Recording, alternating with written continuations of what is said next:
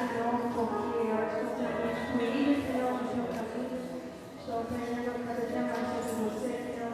E eu só te peço, Jesus, que o Senhor venha manter as coisas. Que eles possam queimar, Senhor, todos os dias, que eles possam, Senhor, queimar todos os dias para te conhecer um pouco mais, Senhor, estar com ti. Eu te peço, Senhor, que em nome de Jesus, Senhor, venha se revelar a cada um deles, Senhor. Que eles te conheçam, Senhor, de uma maneira especial, Senhor. Em nome de Jesus, eu te peço, Pai, que os corações deles, Senhor, estejam voltados para ti. Que os planos e os projetos, Senhor, desde já, no coração deles, venham apontar para o futuro contigo, Senhor. Em nome de Jesus, Senhor, que eles possam evidenciar a tua glória desde já, Pai. Nós te pedimos, Senhor, que eles cresçam para que eles sejam adultos de Deus, que eles sejam desde já crianças, Senhor, do reino, que pertencem ao teu reino, Senhor, e que espalham, Senhor, a tua glória no teu reino. Em nome de Jesus, Senhor, abre os entendimentos de cada um deles, Senhor, não só aqui, mas também na escola, Pai.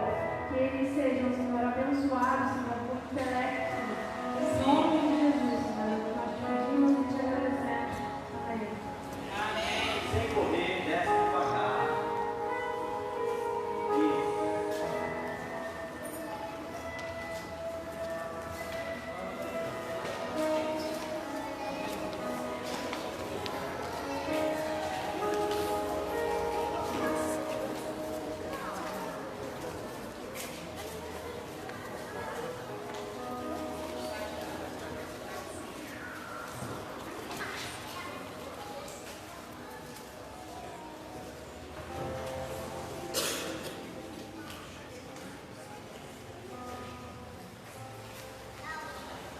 Deixa eu trazer aqui um entendimento para vocês também. Ser pastor, ele tem uma necessidade, vou te explicar. Tem uma necessidade de você fazer a leitura, não somente do ambiente, né, da igreja em si. Um pastor que pastoreia na Barra da Tijuca, ele tem uma questão social, uma questão cultural. O pastor que pastoreia aqui, no Chico, tem uma questão social, uma questão cultural. Ele vai colocar economia, vai colocar finanças. Se você for para um outro estado ou para um outro país, você vai ter em cada localidade necessidades específicas locais. Então, a função do pastor é de fazer a leitura do seu ambiente e buscando em Deus entender como ele vai suprir a necessidade das suas ovelhas.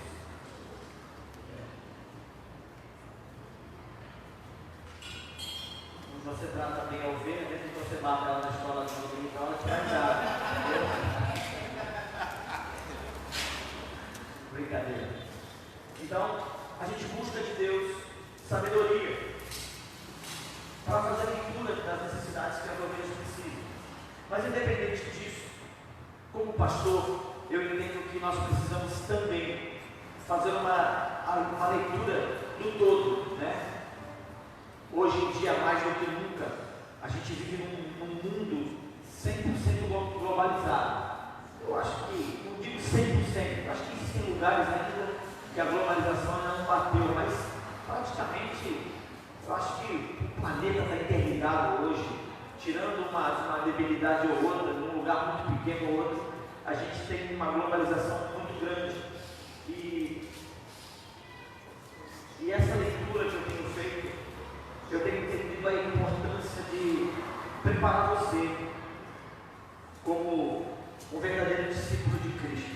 Amém. Eclesiastes 3 vai dizer que há tempo para todas as coisas, todos os processos que estão debaixo do sol, todos eles existe tempo de plantar e de arrancar o que se plantou. Em todo tempo, o Eclesiastes vai dizer que há tempo específico para a ação em todas as áreas, então existem. Quando é tempo de plantar, não é tempo de arrancar. Quando é tempo de amar, não é tempo de afastar. E quando é tempo de afastar, não é tempo de amar. Então existe especificamente ações que precisam ser lidas, e essa compreensão desse ambiente precisa ser trazida para a igreja. Então, por esse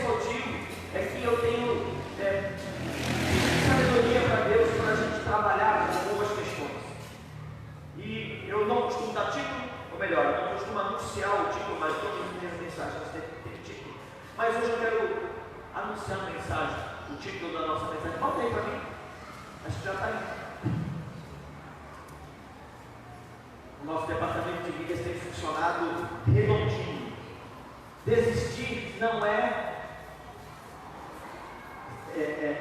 a melhor opção, tá? Eu não tinha visto. Desistir não é a melhor opção. Cutuca aqui para o teu lado aí. E fala aí, desistir. O que isso quer dizer, pastor? Que você tem a opção. Você tem a opção de desistir. Você pode. Mas eu já estou te avisando antes. Não é a melhor. E aí, pastor? É contigo. A gente leu o texto na semana passada sobre a semeadura. Aquilo que você vai plantar, você vai colher. E desistir não é a melhor semeadura. Parar não é a melhor semeadura. No domingo passado nós falamos sobre o alinhamento da nossa vida. O que é ou como isso se dá. Como sempre, a gente sempre procura pegar um exemplo vivo. Nós nos utilizamos do personagem do apóstolo Paulo. Nós tratamos da transformação e da mudança radical da vida do apóstolo, de Saulo para o apóstolo Paulo. Ele, para quem não sabe, ele está indo para Damasco com cartas nas suas mãos, autorização dos judeus, dos fariseus, da liderança eclesiástica judaica, para prender todos aqueles que falavam de Cristo. Então, como a gente costuma dizer aqui, ele estava com sangue nos olhos, ele estava com a faca nos dentes, para cumprir o propósito que ele entendia que era o melhor. E nesse caminho, ele indo para Damasco, o texto vai dizer que ele é encontrado por Jesus. Ele não foi encontrado, ele não encontrou Jesus, ele foi encontrado por Jesus. Jesus o encontra, porque ele não estava buscando Jesus, ele estava querendo prender quem servia Jesus. E ele, a Bíblia vai dizer que uma luz toma a vida dele ali, ele cai, e não é do cavalo, tá bom, irmão? Ele não cai do cavalo, tá bom? O texto vai dizer que ele cai, e ele escuta uma voz falando: Saulo, Saulo, por que me persegue? Depois desse encontro, Saulo nunca mais foi o mesmo. Saulo passa pela verdadeira mudança de mente, ou, cadê a Karen? A metanoia. E quando eu estava escrevendo isso aqui, eu fiquei pensando: o que acontece comigo? O que acontece com você? A gente diz que encontrou Jesus e a gente continua vivendo algumas questões que não mudam. Mas vamos lá, isso é para você pensar.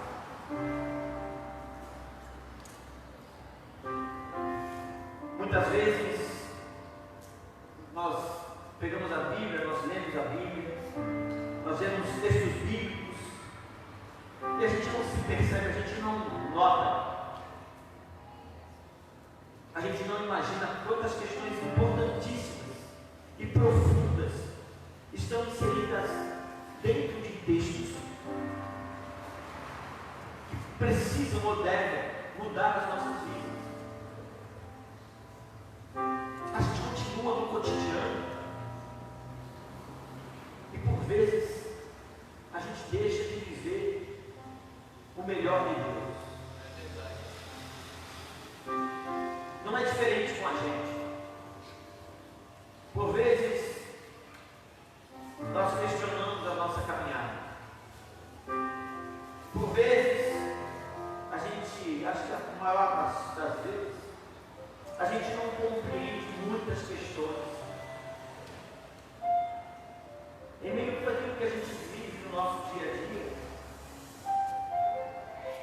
Às vezes, a gente chega a questionar a nossa vida de Cristo, a nossa caminhada em Deus. Às vezes, a gente faz beicinho porque está demorando demais.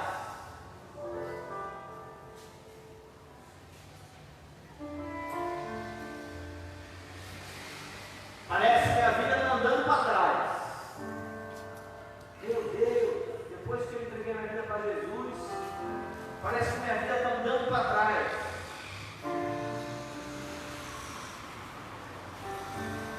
E por vezes, por muitas vezes, nós pensamos assim. Aproveitar que o Lucas chegou.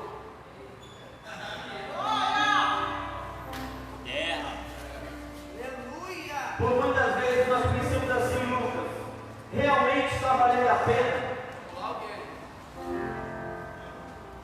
Ei, Lucas, realmente está valendo a pena? Você nunca pensou isso? Acertei você na entrada, né? O título da mensagem de hoje não é por acaso. Todos nós temos a opção de desistir. Todos nós temos a opção de chutar o pau da barraca e de vivermos aquilo que nós achamos que é melhor. Mas guarde isso no seu coração, não é a melhor opção. Mas como foi lido na mensagem passada, nós somos responsabilizados por tudo aquilo que nós fazemos. Eu costumo brincar às vezes com vocês e falar, a hora de você levantar e ir embora é agora. Porque cada vez que você escuta uma mensagem, cada vez que o Espírito Santo traz uma revelação para você, você se torna responsável por aquilo que você aprende. Você não vai poder dizer lá na frente, ah, mas eu não sabia disso. Ah, mas ninguém me contou isso. Então a todo tempo o Espírito Santo tem se revelado, tem trazido, tem falado. E nós temos aprendido cada dia mais. Eu estava conversando agora há pouco ali atrás, eu estou muito feliz. Porque a gente está vendo a igreja crescer em unidade. Não é em quantidade não, irmão. Não é em quantidade não, é em unidade. E aí eu estava falando com duas pessoas ali atrás, eu falei, agora é o momento da vigilância. Porque se existe uma coisa que incomoda Satanás, é a unidade. Tudo aquilo que é unidade em Cristo é afronta ao inimigo, porque ele é divisor, ele é destruidor. Então, em todo momento que nós nos prontificamos, que nós nos preparamos, toda vez que nós nos unimos em prol de pregar e viver a verdade de Cristo, nós passamos a ter dificuldades. Talvez você vai entender muito bem o que eu vou falar agora. Você sozinho tem dificuldade de enfrentar algumas coisas, mas quando você está em unidade com Cristo, quando a igreja te abraça, quando você está unido, você consegue falar não para o teu pecado, você consegue dizer não, eu não vou participar mais disso. Unidade. Estamos crescendo em unidade, estamos crescendo no entendimento e a compreensão de que desistir não é a melhor opção.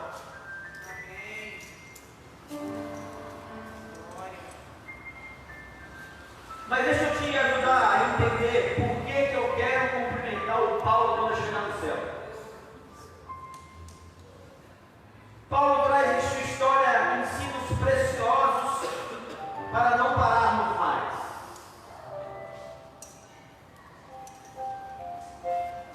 Hoje nós tivemos um debate aqui, um embate.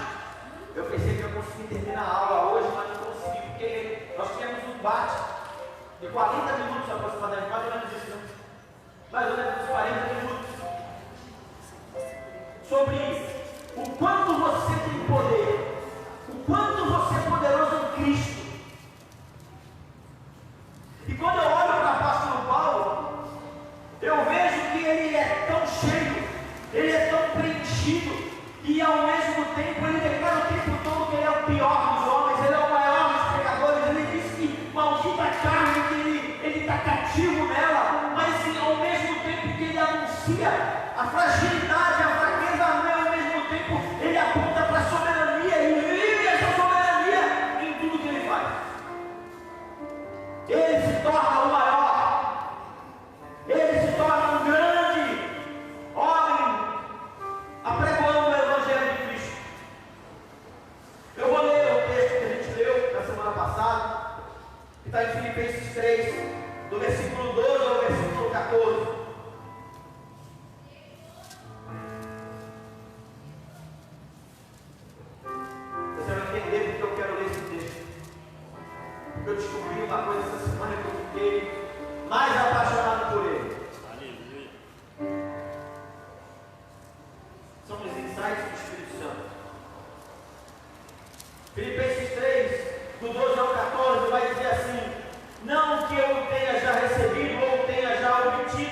perfeição, mas prossigo para conquistar aquilo para o que também fui conquistado por Cristo Jesus.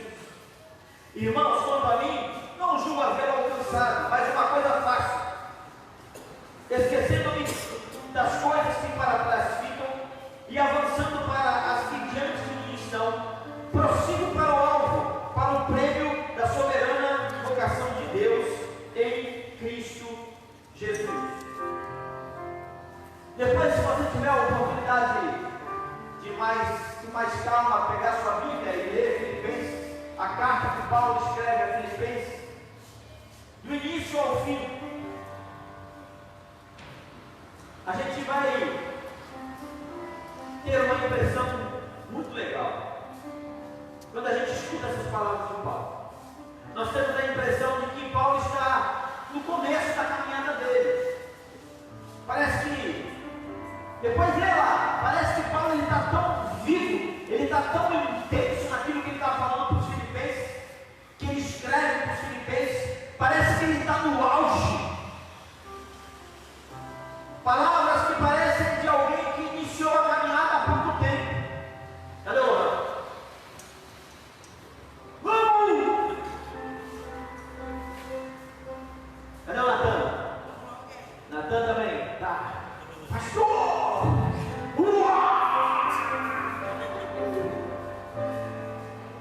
Se pudesse atacar o poder,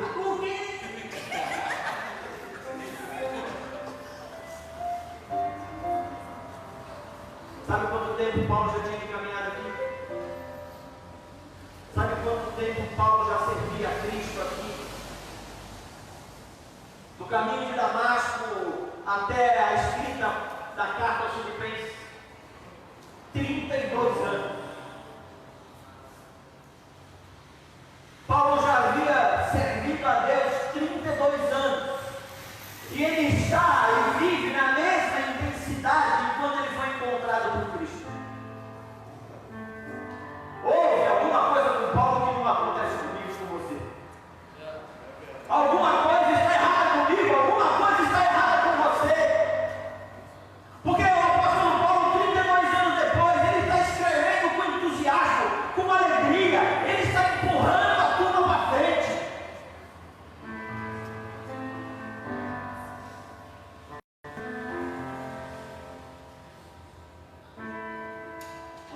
Parece que Paulo está relatando um fato que aconteceu há pouco tempo. Sabe o que eu vejo aqui? A relevância e o peso do encontro. O encontro foi tão marcante. O encontro foi tão impactante que ele nunca mais conseguiu viver a vida dele. Sim.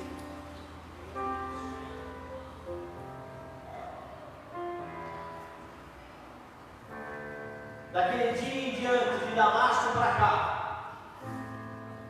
Paulo não vive mais a vida dele, vive a vida de Cristo. Eu fiquei pensando, ele fica cego 3 dias. O que acontece nesses 3 dias?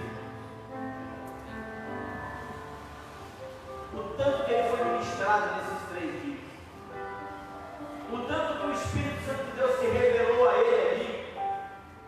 Talvez, só conjecturando, talvez ele ficou 3 dias cego. Talvez aquele papo que ele teve com Jesus. Por que me persegues? A Bíblia não diz mais nada. A Bíblia só diz que ele é questionado pelo Senhor Jesus, e quando ele pergunta para aquela luz, aquele som, quem tu és, Senhor? O texto vai dizer, eu sou Jesus a quem tu persegues. Eu acredito que depois disso, as escamas dos olhos dele caiu. Qual escama, pastor? Ele ficou cego. A escama da religiosidade. E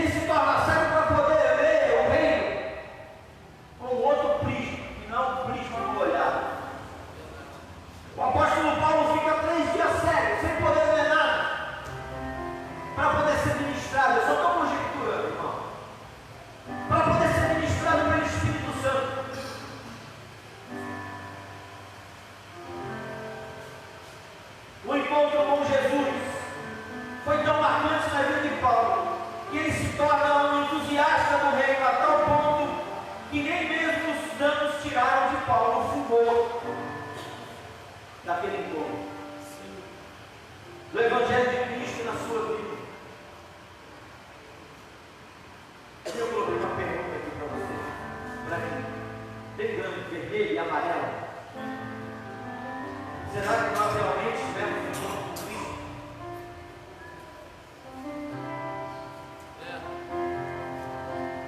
Será que realmente você encontrou Cristo? Ou será que realmente você foi encontrado por Ele? Essa foi uma das discussões da nossa escola dominical. Porque quem morre não tem o que fazer. Quem morre não morre. Quem morre não pensa. Quem morre não age. Quem morre não vive, está morto. Quem morre e nasce para Cristo, passa a viver o que Cristo tem para ele. Lá vem ele com as palavras. Não, irmão, não são palavras. São palavras que devem ecoar na nossa alma, pelo tamanho da real relevância que isso deve ter em mim e em você.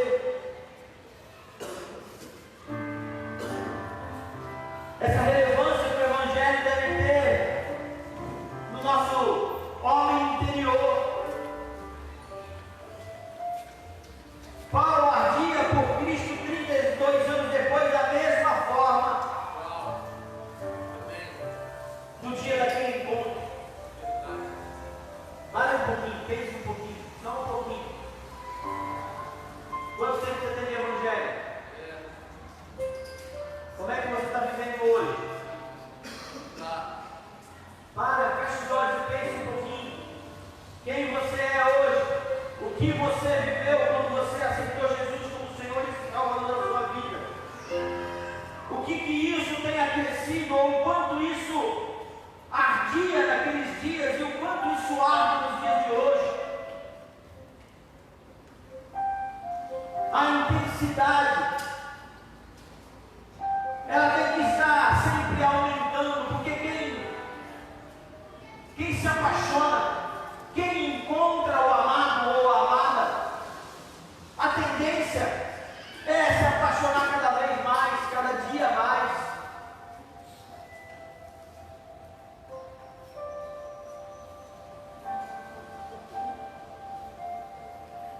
A propósito, 32 anos. 32 ou 33?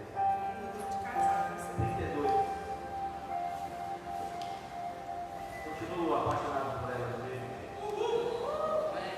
Pode ter certeza do que eu estou falando. Pode perguntar para ela. É verdade.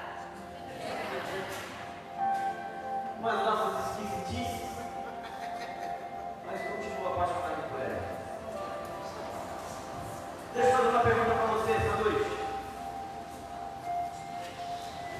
O que está sendo dentro de você?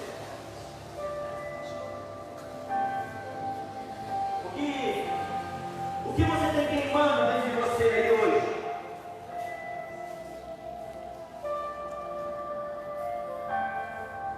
Tem alguma coisa acesa aí dentro?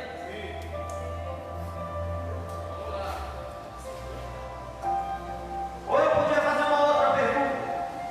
O quanto você arde por ele? Porque a intensidade de que nós ardemos por ele deve ser a mesma intensidade que você deve arder pelo reino. Porque se você faz parte desse processo, se você se diz amante, se você se diz desejoso por Jesus, o teu único desejo deve ser fazer o reino de Deus prosperar.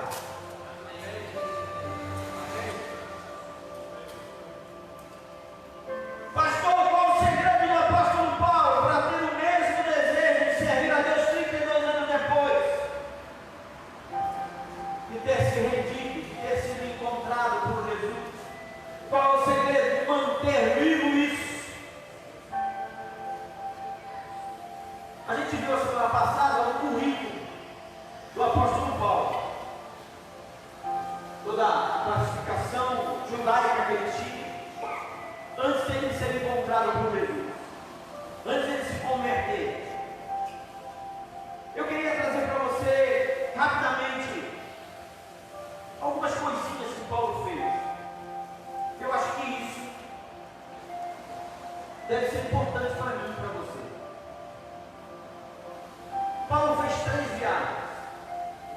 E a quarta, ele foi preso.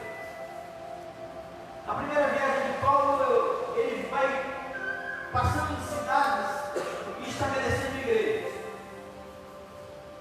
Ele passa em Antioquia da Síria, Chipre, Salamina, Pafos, Perge, Panfilha, Antioquia da Pisídia, Icônia, Listra e Derbe. Essa primeira viagem, ele passa pregando o Evangelho, falando do amor de Deus, dizendo que Jesus é o caminho, e vai em cidades estabelecendo igrejas. Na segunda viagem, na terceira viagem, ele repete algumas cidades, porque ele passa em algumas cidades que a igreja já está estabelecida e faz um pequeno acerto. A gente vai ler as cartas, muitas das cartas são direcionadas às lideranças das igrejas para que houvesse mudanças, consertos, reparos de como a igreja está andando. A segunda viagem ele passa em Ptolemaida, Tiro, Sidão, Tarso, Troade, Neápolis, Felipe, Tessalônica, Bereia, Atenas, Corinto e Éfeso.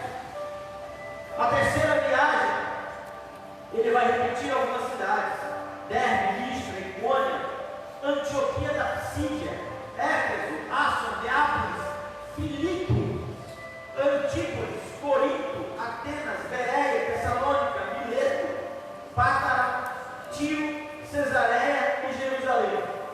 Então você vê que o cara está ocupado.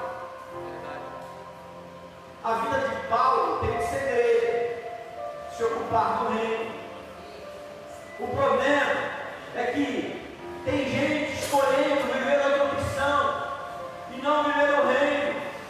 Escute o que eu vou te dizer: você não pode ter vida.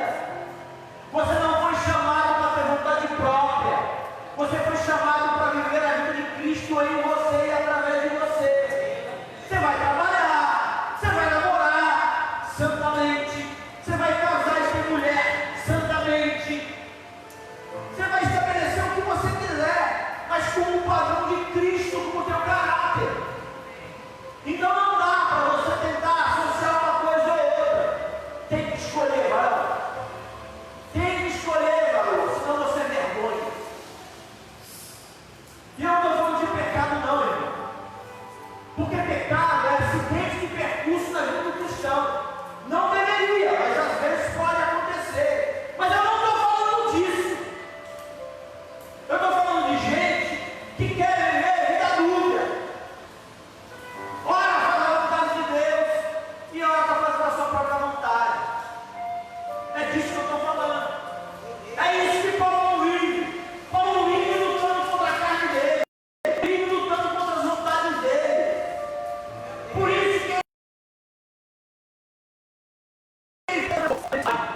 isso que Paulo está com 32 anos desejando a mesma coisa que ele passou desejando quando ele encontrou Jesus.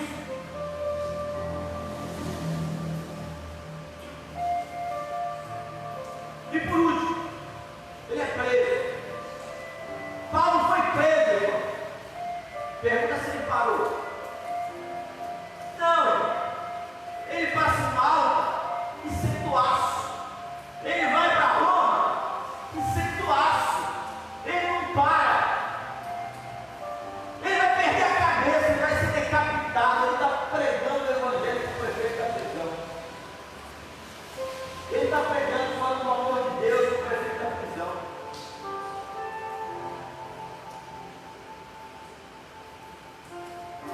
Mas isso aqui é só uma parte do currículo dele. Entre 50 e 60, ou melhor, 50 e 62, Paulo escreve só suas definições. Só isso que ele faz. Ele faz esse monte de visita, ele atende essa turma toda, ele doa a vida dele toda, pegando fogo, incendiando a vida dos outros e a vida dele. E ele consegue escrever Romanos, 1 e 2 Coríntios, Gálatas, Efésios, Filipenses, Colossenses, 1 e 2 Tessalonicenses, 1 Timóteo, 2 Timóteo, Tito e Filemão. E na de Hebreu, ele também dúvida, tem gente que é, tem gente que disse que foi ele, tem gente que disse que não foi.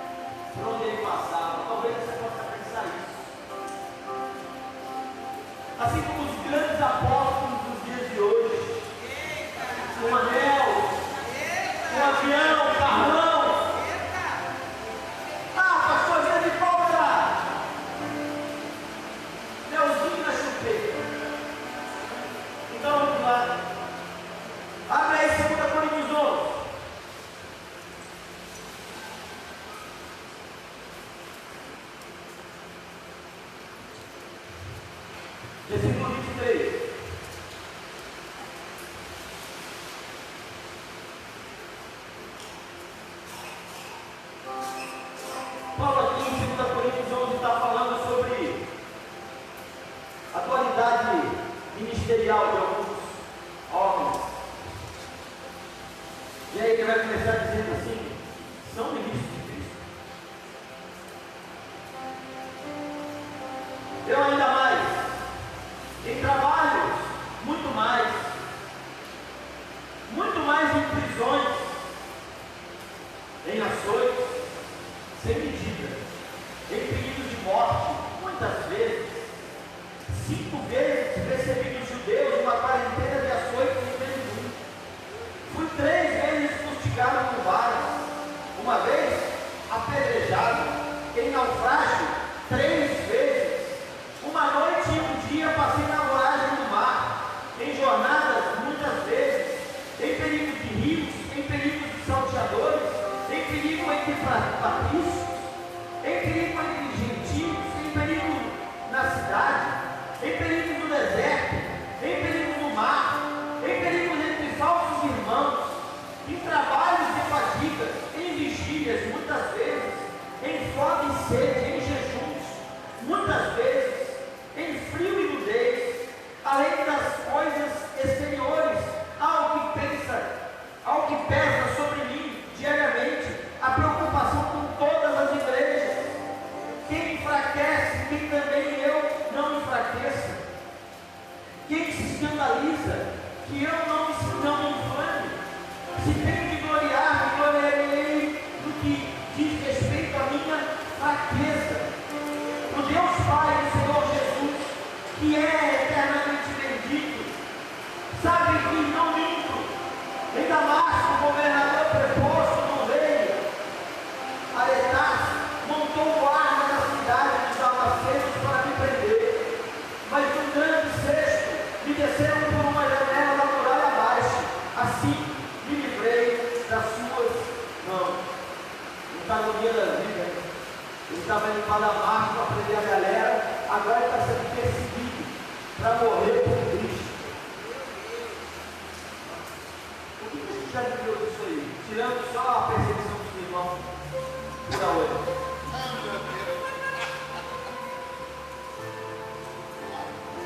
A gente não passou por nada disso ainda. A gente não viveu nada disso ainda. E o cara continua intenso. E tem gente querendo largar Jesus porque chegou na igreja e o pastor falou com ele.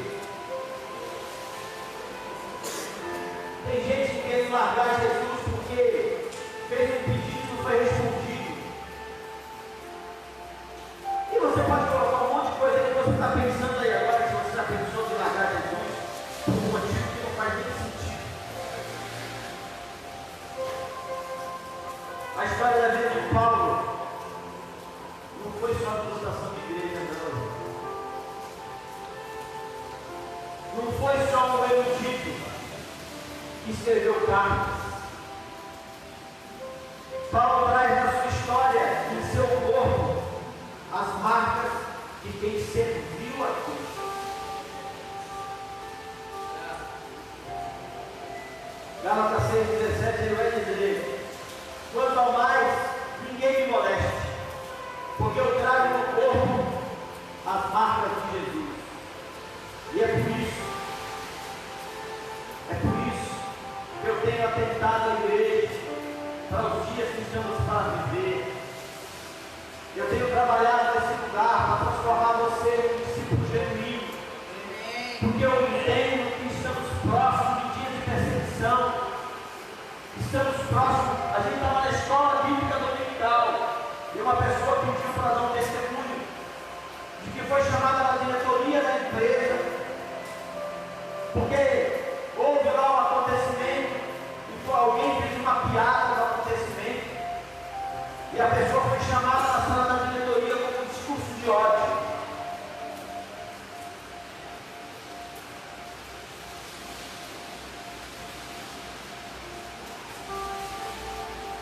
Segunda Coríntios 4, do versículo 6 ao 12.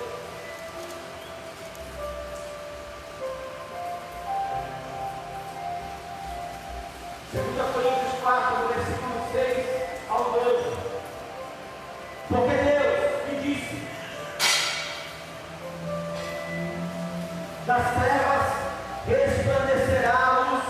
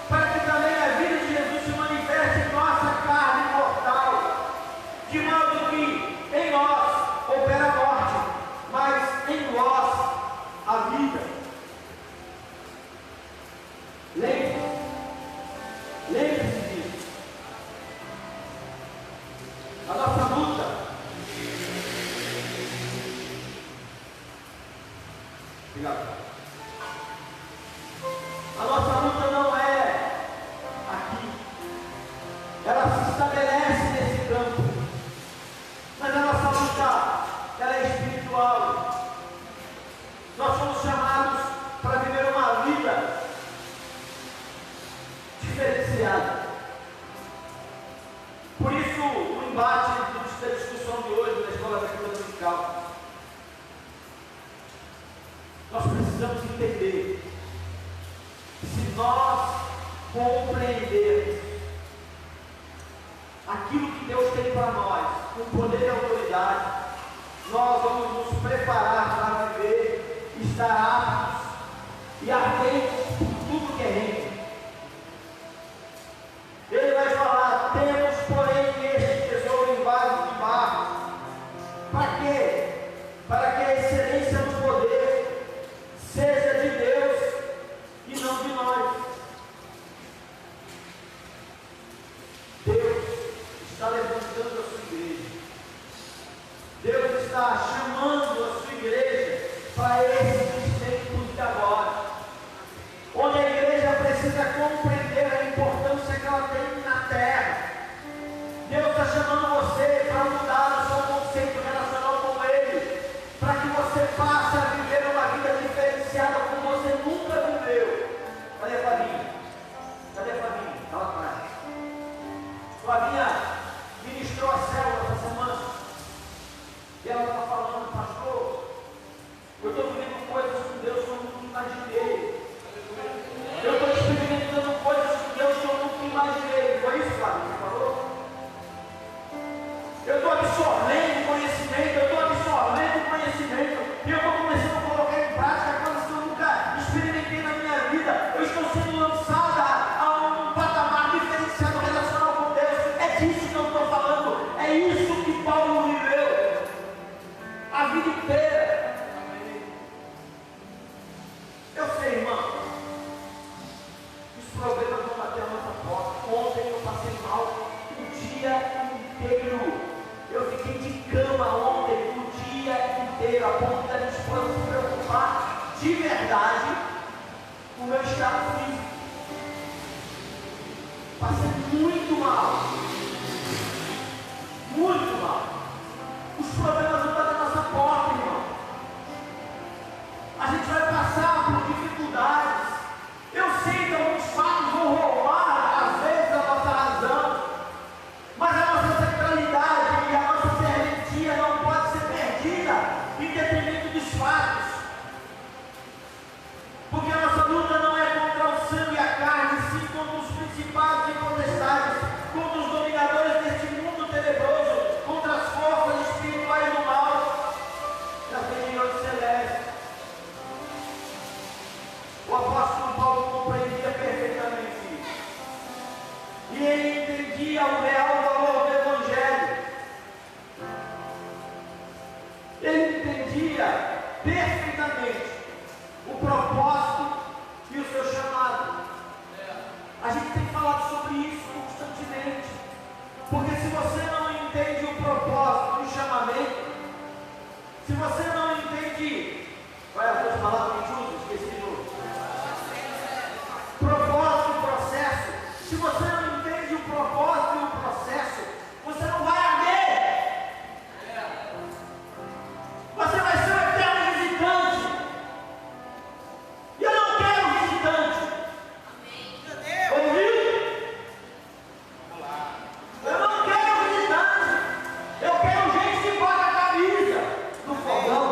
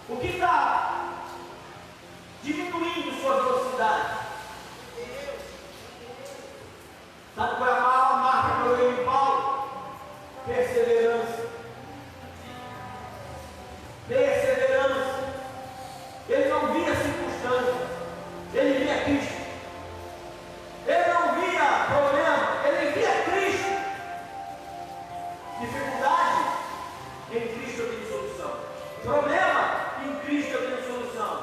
Autoridade contra mim, em Cristo eu tenho solução. Ele não via nada que o parava, ele era perseverante, porque ele tinha convicção do chamamento que ele tinha, do propósito, de todo o processo que ele tinha que viver. Meu Deus!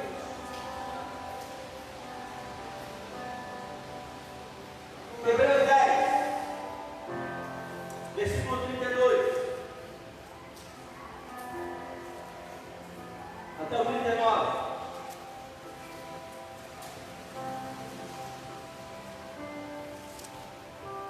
Lembrai-vos, porém, dos dias anteriores, em que depois de iluminados, sustentaste grande luta e sofrimentos, ora, expostos como em um espetáculo, tanto ao pobre, opróbrio, quanto às tribulações, ora, tornando-nos participantes com aqueles que desse modo foram tratados, porque não somente vós compadecestes dos encarcerados, como também aceitaste com alegria o espólio dos vossos bens. Ele está falando da história da igreja. Ele está falando de gente que está sendo perseguida e não está abrindo mão. Ele está falando de gente que está passando vergonha, está sendo envergonhado e não está abrindo mão. Ele está falando de gente que está sendo torturada e não está abrindo mão. Ele está falando de gente que está sendo presa e não está abrindo mão. Ele está falando de gente que perde tudo e não abre mão de arder por Cristo. Tenham ciência de possuídes vós mesmos patrimônio superior e durável. Não abandoneis, portanto, a vossa confiança. Ela tem grande galardão. Com efeito, tendes necessidade de perseverança, para que, havendo feito a vontade de Deus, alcanceis a promessa. Porque ainda dentro de um pouco tempo, aquele que vem virá e não tardará. Todavia, o meu justo viverá pela fé. E se retroceder nele, não se compraz a minha alma. E eu quero que você guarde isso.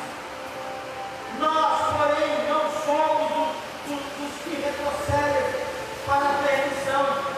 Somos, entretanto, da fé para a conservação da alma. A Bíblia vai dizer assim: louco! Ainda hoje peguei a tua alma, o que tem para mim? Ele está dizendo que gente que perdeu tudo em favor de viver o Evangelho de Cristo. Ele está dizendo que foram açoitados, foram presos, tomaram dele tudo, envergonharam as pessoas, mas as pessoas não retrocederam, perseveraram e viveram a vida com Deus. Esse é o segredo de Paulo. Esse é o segredo de arder em Cristo.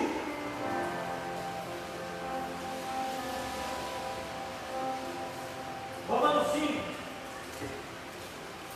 Eu não estou te mandando embora, mas são 8h30.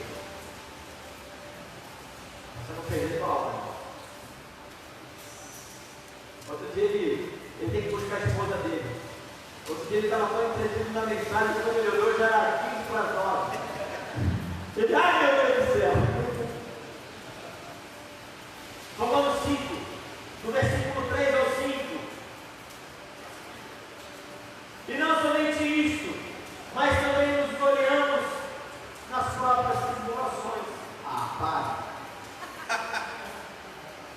para. Esse é o segredo do homem, da glória em meio à tribulação.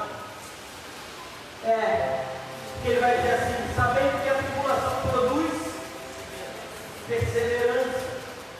E a perseverança é o quê? Experiência. E a experiência é o quê? Esperança. Ora, a esperança não confunde, porque o amor de Deus é derramado em nosso coração pelo Espírito Santo, que nos foi outorgado. Mas como ele consegue viver isso? Qual é o segredo do apóstolo Paulo em viver isso? A resposta está no título da mensagem. Desistir não é a melhor opção. Paulo está passando por tudo e e mais um pouco. Mas ele aceitou no coração dele que desistir não é a melhor opção. Eu chego a arriscar que na altura do campeonato, Paulo não tinha mais opção. Ele já tinha morrido plenamente, ele vivia inteiramente para Deus.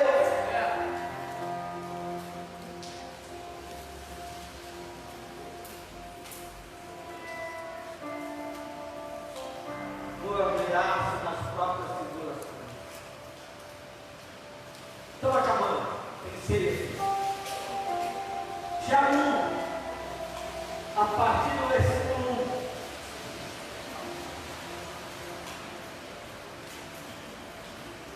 1. Apesar de aqui ser Tiago que está escrevendo, tem uma coisa interessante aqui. Que eu peguei esse texto especificamente por isso. Presta atenção aqui, irmão.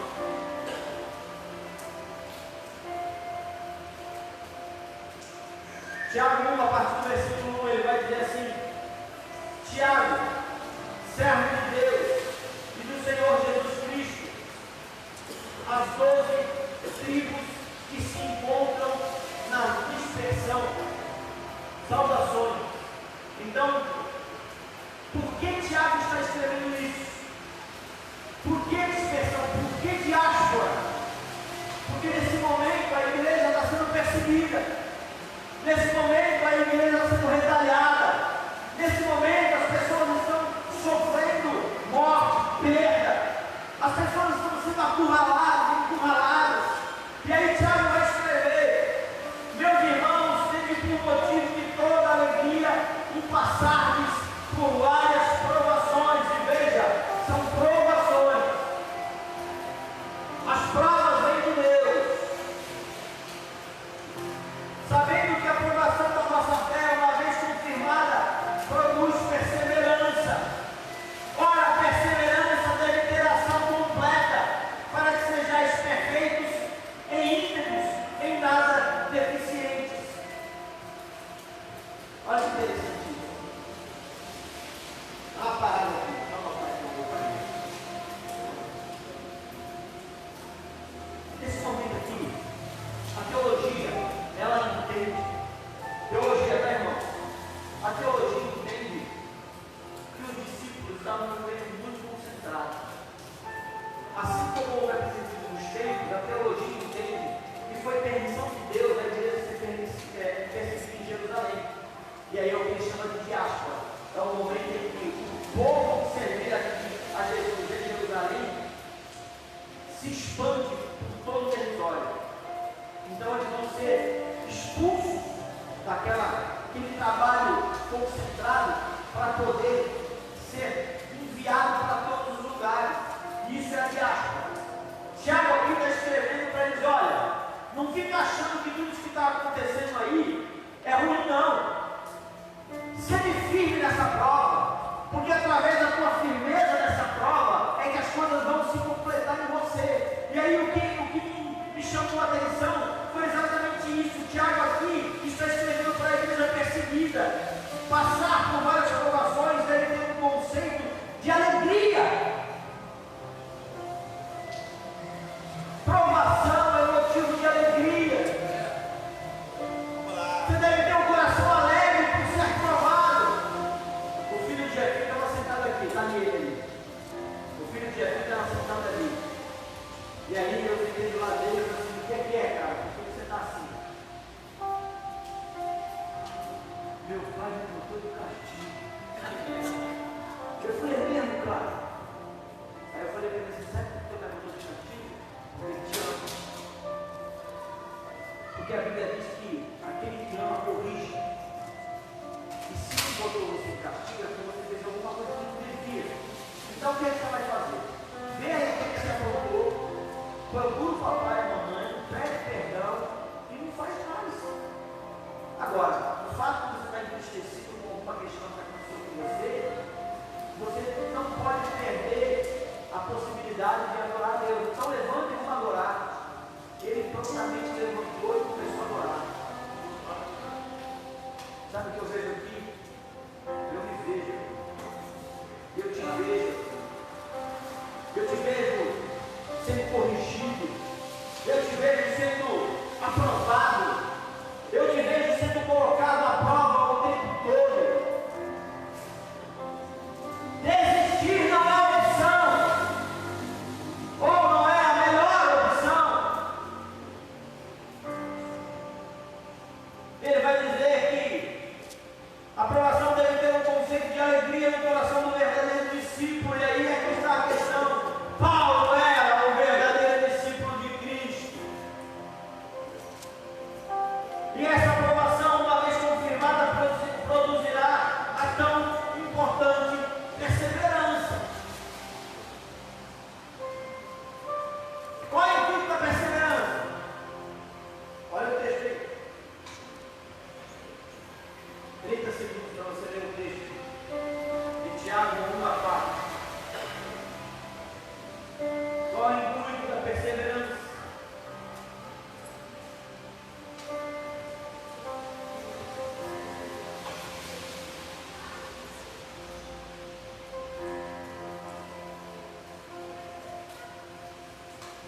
O intuito da perseverança é transformar você em um exemplo vivo e eficaz da glória de Deus.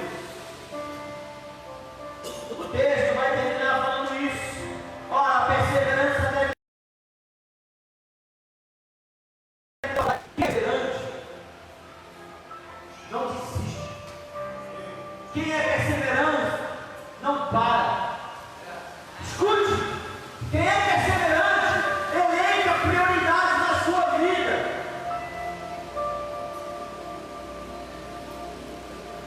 Eu não sei você, mas para mim, escola bíblica dominical é prioridade. Como é que você quer viver se você não conhece? Para mim, prioridade é eu vir para o culto, é vir adorar a Deus. Existem outras prioridades, mas prioridade para mim é tudo aquilo que faz de mim mais perfeito possível, mais íntegro possível. Ele vai dizer que a aprovação, uma vez confirmada, a perseverança deve ter uma ação completa para que sejais perfeitos, íntegros e nada deficientes. Eu já lembrei 2 vezes no Cristo. Eu me controlei para não cantar. Tropeça aqui, cai acolá. Não fomos chamados para viver esse processo, irmão. Nós somos chamados para ser inteiros. Você foi chamado para ser perfeito. Você não foi chamado para ter uma vida deficiente em Cristo. Você foi chamado para ser perseverante, constante, inteiro. Então o intuito da perseverança é transformar você em um exemplo vivo e eficaz da glória dele. As pessoas precisam ver Cristo em você.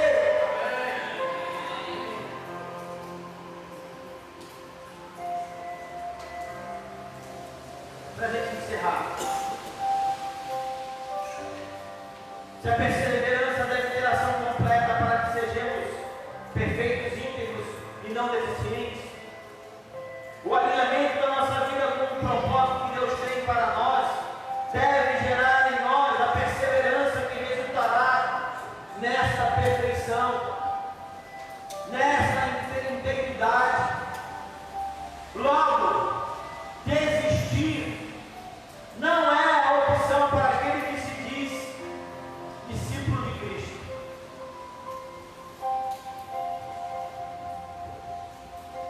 Eu não vou chamar ninguém na frente hoje. Eu quero convidar a igreja a se colocar de pé.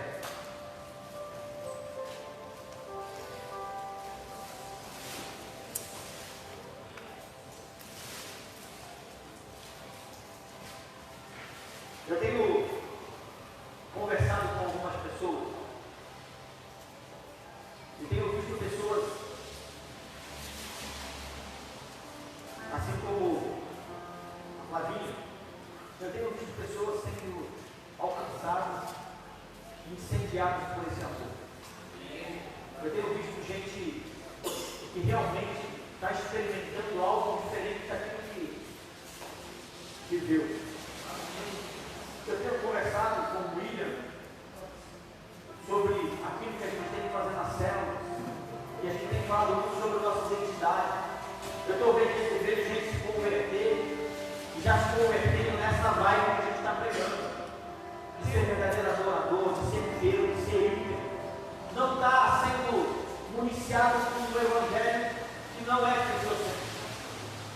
Mas tanto eles quanto vocês que já vieram de outra denominação, todos nós podemos semear em outra área.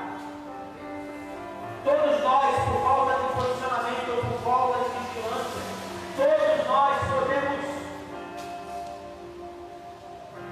ter a opção de desistir em alguma área ou da própria vida de Cristo. Mas eu quero dizer para você essa noite, não é a melhor opção. Não deve ser uma opção para você. Eu quero orar agora, você aí no seu lugar, eu aqui na frente. Eu quero orar por mim. Porque, irmãos, eu não sou diferente de vocês. Não sou mesmo. Eu também sou atacado. Eu também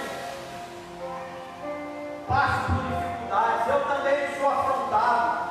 Eu também, uma Márcia falou aqui hoje na escola bíblica, ela passou por uma afronta ontem, mas ela perseverou, ela manteve a postura dela, ela não arredou o pé, e Deus deu a vitória para ela. Foi comer bolo solado na minha casa.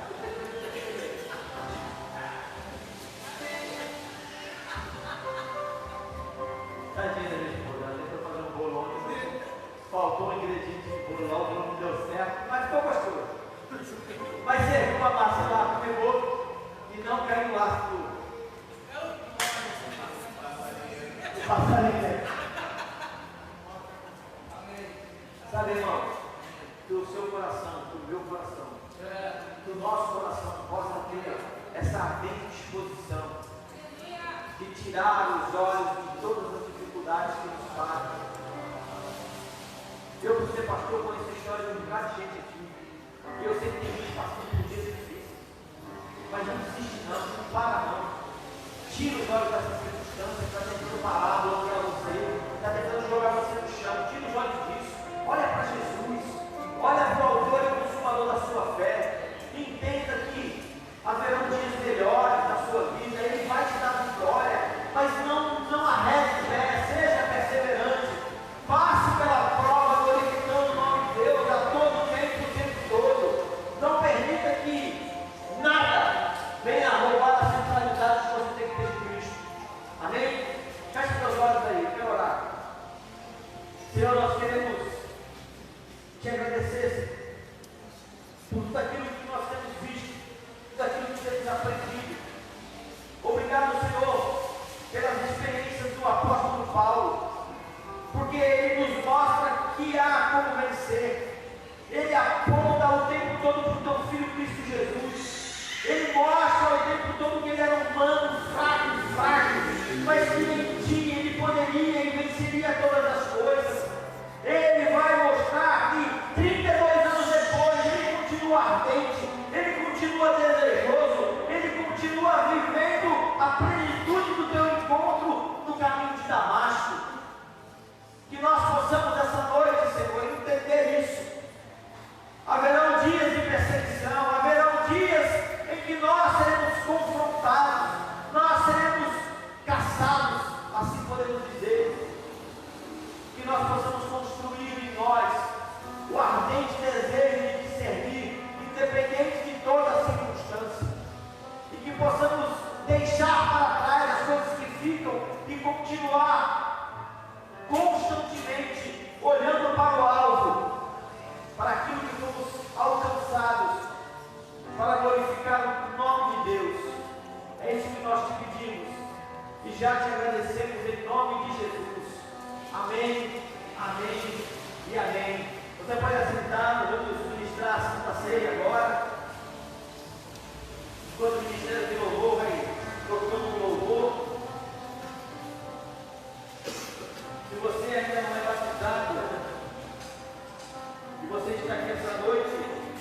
participe da ceia. A ceia não é da igreja, comunidade evangélica reconstruir. A ceia é do Senhor Jesus. Se você não é dessa igreja, mas está em comunhão com a sua igreja, você é livre para poder participar da ceia do Senhor. Amém? Agora, se você não é batizado, nós temos aqui a nossa classe de batismo. Nós temos a pastora Sônia e a Rosinha, que são os professores, as professoras. É a Rosa que é a professora, tá, irmão? A pastora Sônia já está ajudando. Você que é a professora. Amém? Honra quem tem honra. Tá lá na frente aquela batalha ali, desde quando nós assumimos aqui. Então ela é a professora. A pastora Sônia está ali como cooperadora. Não é isso, Vitor Vidal? Ela que é a nossa professora. Amém? Toca o louvor aí. Obrigado, Carolzinho.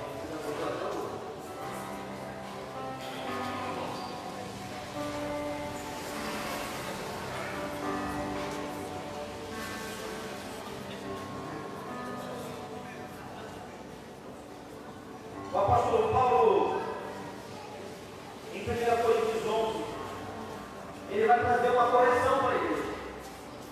A cidade de Corinto era uma cidade muito ativa, e a gente está vendo que Corinto está vivendo, a igreja de Corinto está vivendo mais ou menos o que Corinto é. Então, o apóstolo Paulo vai trazer alguns reparos, alguns concertos, e a partir do versículo 23, ele vai falar sobre a ceia do Senhor. Ele vai dizer que, porque eu recebi do Senhor, eu também vos entreguei. Que o Senhor Jesus, na noite em que foi traído, ele toma o pão, e o pão aqui, representado o próprio corpo. Ele toma o pão.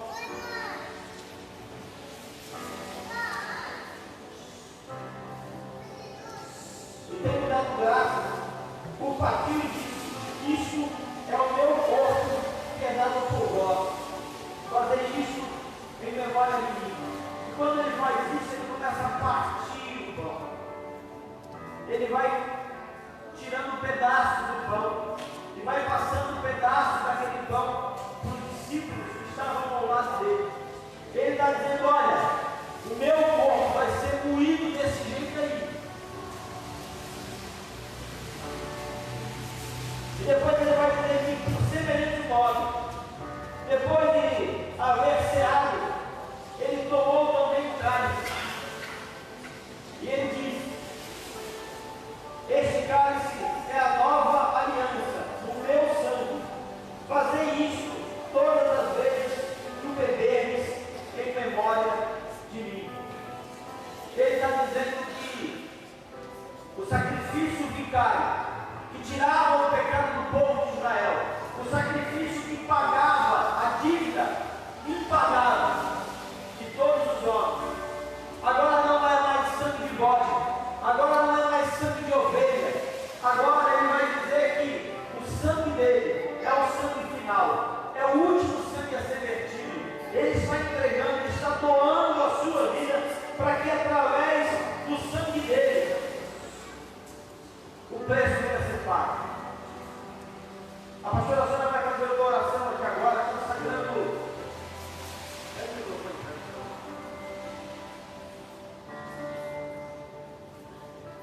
Consagrando os elementos.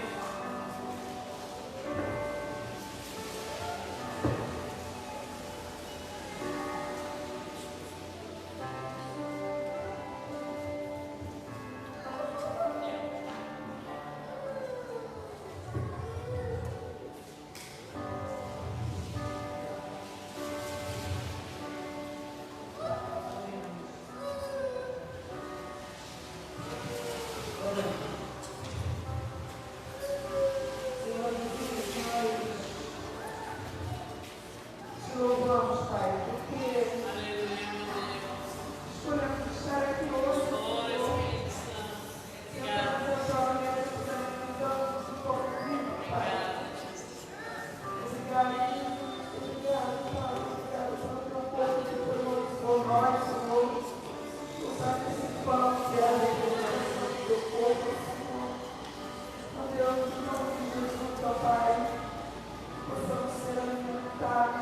noite, que nós possamos sair daqui, Senhor, fortes, de pé, Senhor. Ó Deus, que o Senhor venha levantar, Senhor, aquele que está abatido, caído, com os joelhos tortos, Senhor. Fortalece, Pai, a caminhada de cada um, Senhor. Ó Deus, em nome de Jesus, Senhor, de igual modo também apresento a Ti, Senhor. Espírito de Tua palavra, o Teu santo, Pai. A Tua palavra diz, Pai, o sangue de Jesus nos purifica de todo pecado. Ó Deus, que o Senhor venha nos lavar, Senhor. Que o Senhor venha nos limpar, ó Pai. Apesar de nós, dos nossos fracassos, Senhor, estamos aqui, Jesus. Ó Deus, que nós possamos começar tudo de novo, Pai. Novamente, Pai.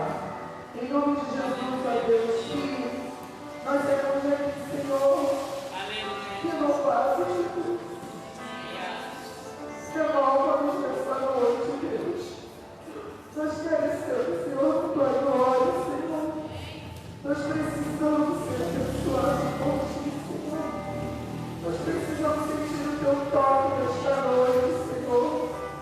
Toca, Senhor, a nossa fragilidade, Senhor, naquilo que nós não conseguimos, Jesus. Tantas vezes o bem que nós desejamos, Senhor, nós não fazemos, Pai. Mas o mal que a gente não quer, a gente acaba fazendo. Então, Pai,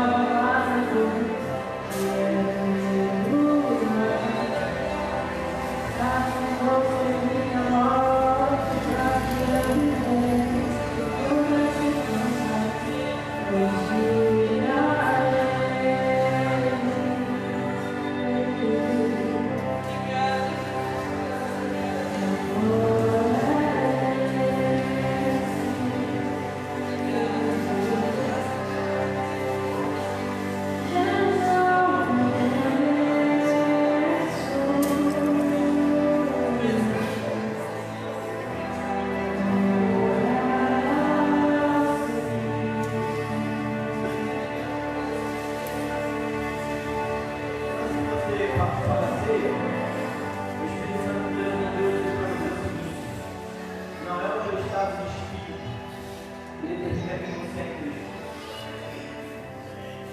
Não é a tua tristeza, não é a tua angústia, não é o teu desespero. Talvez você está aqui abatido na alma, talvez você está preocupado, você está chateado, mas não é isso que determina quem você é em Cristo. Quem determina quem você é em Cristo é como você vai lidar com essas circunstâncias. É disso que a gente está falando. Então, não se sinta aplacado, abatido pela circunstância que você está vivendo.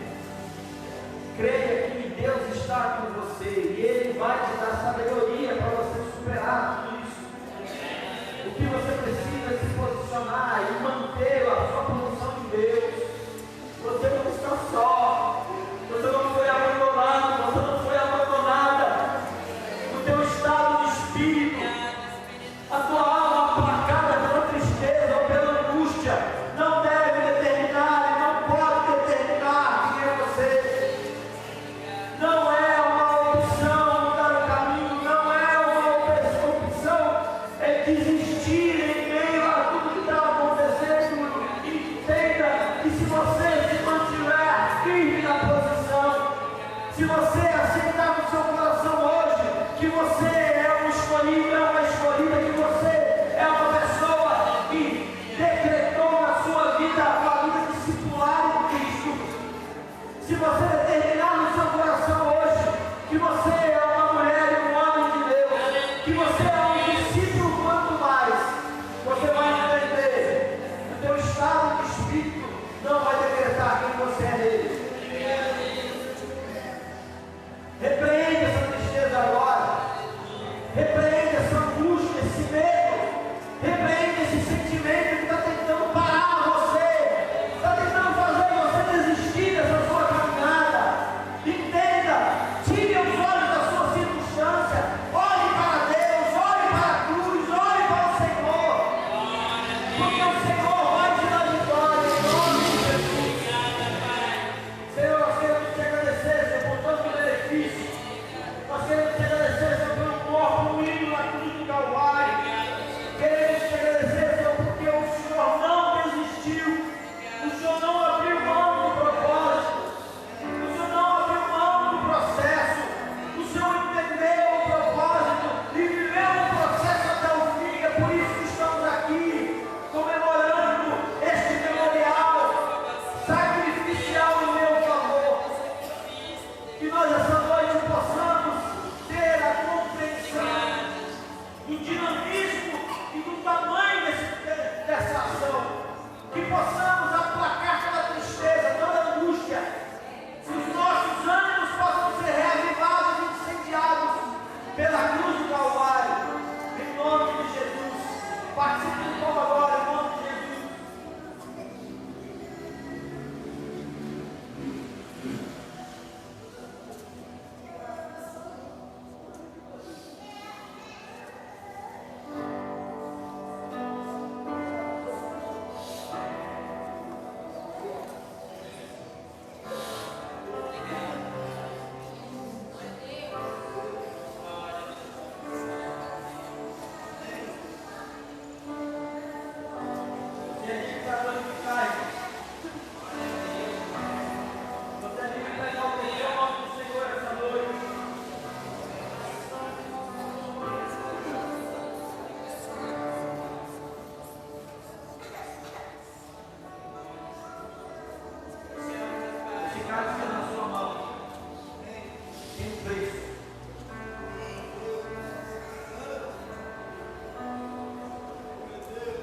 Alto preço. Preço de compra. Preço de paga. Isso aí não é suco de uva. Isso é o sangue de Jesus. E o texto diz que ele nos purifica de todo o pecado. Se você tem consciência disso, se você está entendendo o que a gente está querendo fazer aqui nesse lugar, eu quero convidar você a participar desse cálice agora, compreendendo que você está sendo curado em nome de Jesus.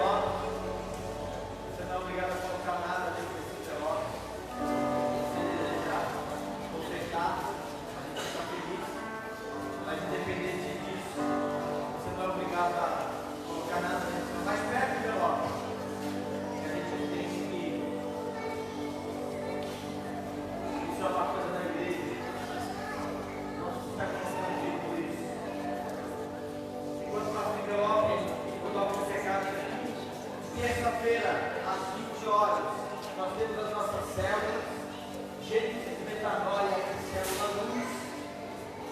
Estamos trabalhando para, provavelmente, uma implementação de novas células. E temos alguns alvos, estamos orando para saber se a gente vai ir para um lado ou para o outro. Olhem por isso, tá bom, irmão? Quarta-feira, 19h30, nós temos nossos cultos de louvor e adoração às 19h30. Tem sido bênção também. Quinta-feira, zeladoria, 20 horas. A zeladoria, ela tem dia e hora específico, mas às vezes, dependendo do que vai ser feito, pode ser mudado. Mas aí o Mateus vai avisar você com antecedência. Você deve ter percebido que as paredes já foram pintadas, a gente está fazendo algumas coisas. Hoje você está no altar, agora naquele lado da parede que foi pintado, nós não terminamos lá ainda, vai ter que mexer naquele telhado para tirar aquele vazamento lá. E esse vazamento aí provavelmente é uma calha que fica de cima, que vai resolver também. Mas temos tido a zeladoria.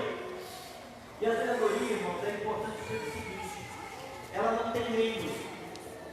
Sabe por que não tem grupo fechado para a zeladoria? Porque a zeladoria fica com você, está sentado aí. Então, ele vai colocar lá no grupo da igreja, galera, tem zeladoria, e você vai dar seu nome. E aí você vem, já tem zeladoria com um monte de gente aqui. E nem todo mundo que veio no primeiro dia veio no segundo, porque veio no segundo, veio no terceiro. Mas nós temos tido a zeladoria tem sido muito bacana. A prova está aí. A gente está vendo o resultado disso daqui que a gente está fazendo. Hoje o Mateus não está na igreja, porque foi aniversário da Maria, e eles foram sair com a Maria e não conseguiram chegar a tempo, tá bom? Dia 22/7, já é esse mês, o nosso jantar de casais. Então, olha só, a pastora estava conversando comigo ali agora sobre isso. Nós precisamos acelerar esse processo, porque agora a gente já entra tipo numa reta final, e a gente já precisa ter os nomes e uma parte do financeiro. Porque para fazer o jantar, a gente tem que alugar campo de mesa, tem que alugar os panos de mesa, alugar as cadeiras. Só que a gente só pode fazer isso, presta atenção aqui, irmão. A gente só pode fazer isso depois que a gente tiver definido quantas pessoas tem. Se a gente não tiver essa definição de quantas pessoas tem para o jantar de casais, fica muito difícil de a gente conseguir organizar. Então, você que deu um nome, eu preciso que você confirme isso com o Rodolfo e a Aline, tá bom? Você que não deu entrada ou deu a parte da entrada, eu preciso que você se posicione, procure. A gente já no outro mês para pagar uma parte de junho e outra parte de julho, para aliviar seu bolso. Se você não deu no começo de junho, agora o seu bolso vai ficar apertado para ter que pagar uma vez só. Mas eu preciso que você entenda isso e você procure o casal para poder ajudar nesse processo de poder utilizar, tá bom? Dia 29/7 nós temos as nossas orações, é o sábado por mês. Dia 29/7, às 7 horas da noite, 19 horas, nós temos a nossa reunião de oração. Amém? Posso contar com você aqui? Amém. Vou perguntar do teu cachorro, né? Eu posso contar com você aqui? Amém. Você falou amém, fez um dedinho? Não faça voto de tudo. Então venha na oração. Amém? Eu vi já. Minha mãe acabou de chegar de São Paulo ali.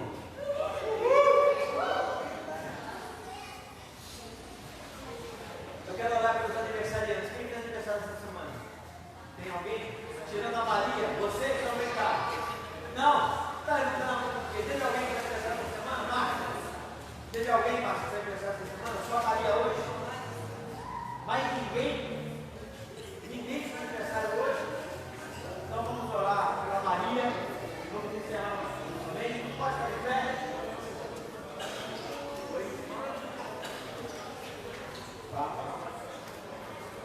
Ah, tá. O Paulo, o Thiago lembrou essa terça agora. Então, olha só. Terça-feira agora, presta atenção aqui, irmão. Terça-feira agora, nós não teremos as células nas casas, porque nós vamos fazer a mega célula aqui, amém? organizado para já trazer aquela paradinha maneira para fazer uma comunhão maneira no final, valeu? Líderes de células, por favor. Rosa, quem mais? É Rosa, Tiago e agora é o Lucas que não está aqui. Rosa, Tiago e Lucas, vamos movimentar essa galera aí para trazer uma parada legal na terça-feira e fazer a pregação aqui. Amém? Vamos orar para encerrar? Senhor, nós queremos te agradecer, Pai, por tudo aquilo que nós temos vivido nesse lugar. Obrigado, Senhor, porque até aqui o Senhor tem nos conduzido. Senhor, nós estamos querendo uma vida mais íntima, mais profunda de Ti, Senhor. Nós precisamos da Tua ação no nosso meio. Desejamos ter um coração ardente. Desejamos ter um coração, Senhor, que busca a Tua presença de forma além daquilo que já temos vivido.